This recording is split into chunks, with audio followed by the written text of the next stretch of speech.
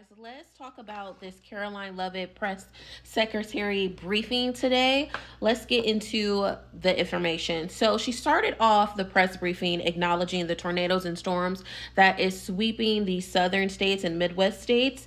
And she said that there's about 40 people that have been called dead, and that the president is actively monitoring the situation and working with governors. She also talked about Yemen and that strike that they did last week. She said that the Biden administration, let them terrorize us and like all this national security stuff, which again, they ain't giving no evidence, so take it for what it's worth. She said that the Trump administration is here basically to not play any games, and that any Iranian country or anything like that, like this was a forewarning that do not mess with the United States, specifically this Trump administration, or there will be dire consequences. That's basically what she was saying. Now, she also said that your president created a proclamation, which was the Alien Enemies Act, and that it was specifically targeting the Tren del Agua gang. She said that it was a terrorist group and that they are using this law or whatever to use this as an excuse to deport these people to El Salvador. She also said that the New York Times was basically praising Donald Trump and like how he has been doing since his presidency, and that like they have all these pollings in support of the Trump administration. Although she said that there are other news outlets which are saying the complete opposite of the Trump administration. So, I mean, again, she's attacking media that is actually being fair and presenting real facts rather than media that is in favor of the Trump administration. I'm gonna just say allegedly. Anything on this page that I talk about is allegedly, by the way. So there was a news reporter that asked about the due process for these individuals that were put on this plane and sent to El Salvador.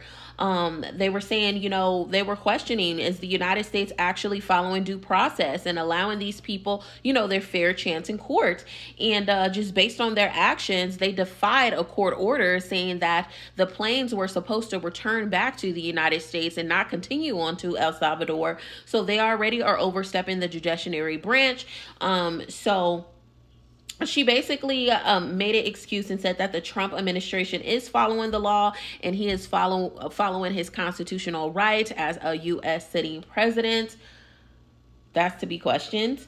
A news reporter talked about the Statue of Liberty, how France parliamentary official had come out and said that the United States is not upholding, everything that it stands for, is actually quite doing the opposite, and that they want their statue back. And she basically called that individual a low-level French politician. And then she also said they need to be thanking the United States because they are speaking French and not German. Okay, so that was a direct insult. But why we're not surprised, this administration, they talk so poorly about people and they blame everyone else but themselves for their failures, and are racist and misogynistic and just ignorant, if you ask me. And in my personal opinion, all those people that is in any of those positions are DEI hires. So anyways, so they talked about, a news reporter asked about the time of flights of the deportations. The deporters on Saturday, let's see, they wanted to make sure that the people that were actually deported were actually the so-called gang members and stuff like that. And they talked about the due process.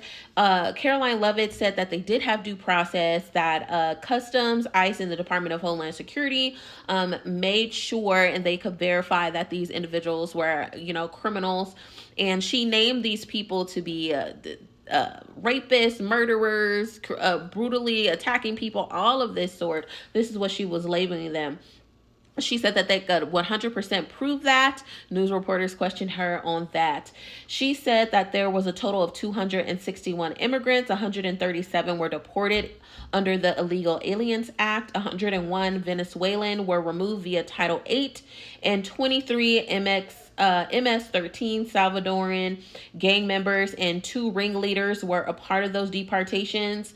Now, a news reporter asked, what was the criteria of it? And Karoline couldn't really give us a solid answer here, which I think is very alarming. So in my personal opinion, I'm just going to say allegedly that I just feel like if you fit whatever criteria it is, racist ass criteria, if we're being honest, they're going to put your ass on a plane and not think nothing of it, not even allow you to speak to a lawyer, not even allow you to have your day in court. They're just going to deport you because they don't want you there.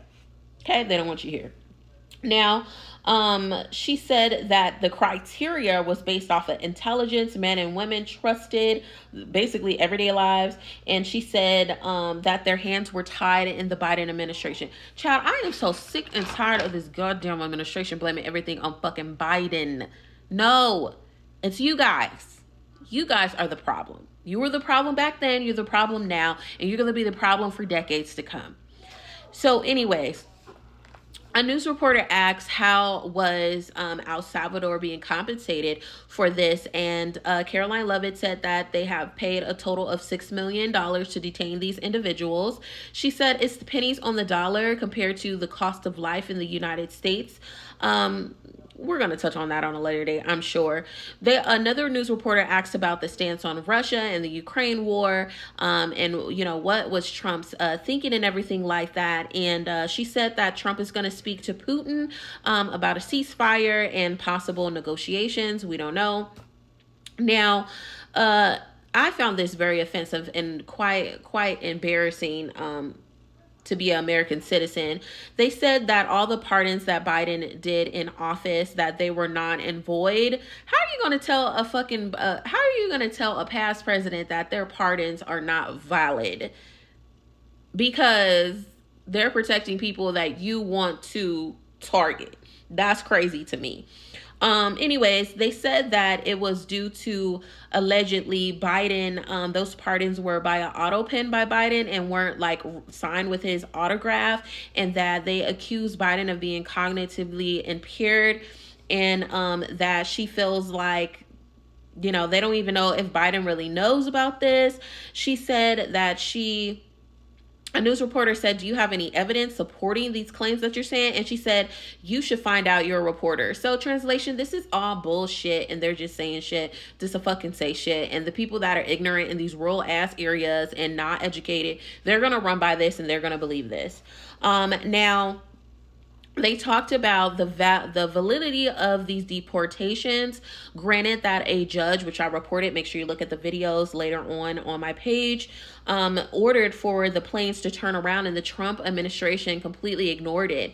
And Karoline Leavitt was talking about they are questioning the validity of a verbal order compared to a written order, and that they did comply with the judge's orders. Now, as news is breaking right now, that the Trump administration is also requesting a removal of the judge that is upholding justice because he is upset and is having a pity party about them upholding the law.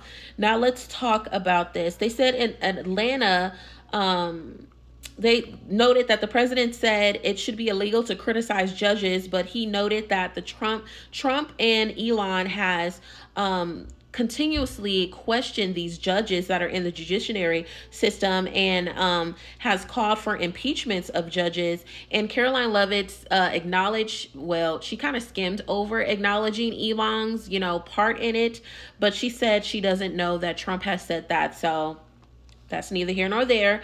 Now, for the tariffs back and forth, there was a reporter asking about that, and she said, no, the tariffs, the reciprocal tariffs will go into effect April 2nd, and that Trump basically he is open to negotiations, but he pretty much is set in stone in making this go into effect April 2nd. So we'll see where that goes. Tune in for part 2.